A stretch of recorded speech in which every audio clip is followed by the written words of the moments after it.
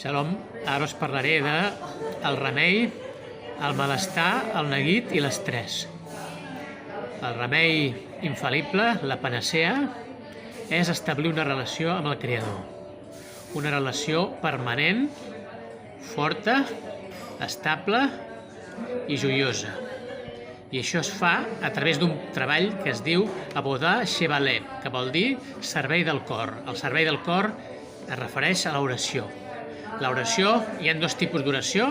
Hi ha una oració reglada, que és la que es fa amb els llibres d'oracions, que es fa 3 vegades al dia en el cas del poble d'Israel, i que es fa quan a un li sembla, en el cas dels gentils, els gentils són els no jueus, i l'altra oració és l'oració improvisada, que es pot fer en qualsevol moment del dia, en qualsevol instant, quan un ho necessita, es dirigeix al Creador, se li diu, Pare del cel, ajuda'm amb aquesta dificultat que estic tenint, o per donar-li gràcies per aquesta ajuda que m'has donat aquí en aquesta situació. O sigui, en general tenim aquests dos tipus d'oració, l'oració reglada i l'oració improvisada.